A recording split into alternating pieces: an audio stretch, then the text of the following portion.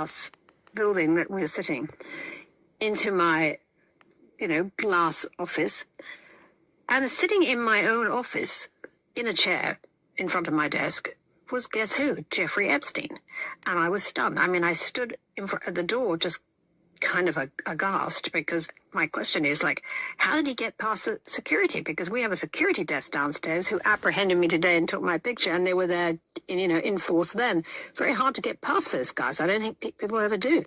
So how he got through, I don't know. I mean, he is a masterclass, or was a masterclass con man, so maybe he was just able always to kind of get what he wanted. But he came up and he'd come into my office, and he'd obviously said to my assistant, where is Tina Brown's office? And then he went and sat in my room. So I stood by the door and I said to him, Jeffrey, what are you doing here? He said, just stop. And he looked at me with this kind of snake eyes, cold, and it was menacing. It was a really menacing. And he pointed his finger and he said, just stop. And I said, Jeffrey, we are continuing to do these pieces. If you have an issue, talk to us. Just stop. He said, there will be consequences if you don't stop. And then he just got up and he left my room. And it was a very chilling experience. I mean, it was scary, actually, but we barreled ahead. Obviously, it meant we were extremely careful with the legal readings, which were very careful. And I fully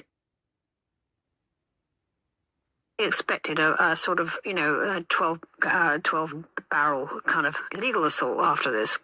But he went very quiet. And I think that he decided that at that time, this was the early days of the beast.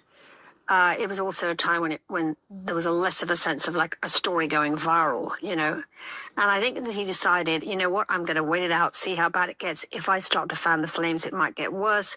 Let's see whether we can just kind of ride it out. And he swiftly followed up with a whole kind of philanthropic charm offensive, where he was constantly being quoted as having given money to various foundations, etc.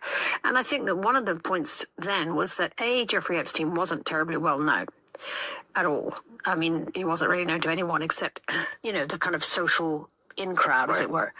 Secondly, it was pre-Me Too, and in those days, those kind of stories didn't quite get the same traction that they might do. They certainly did do later.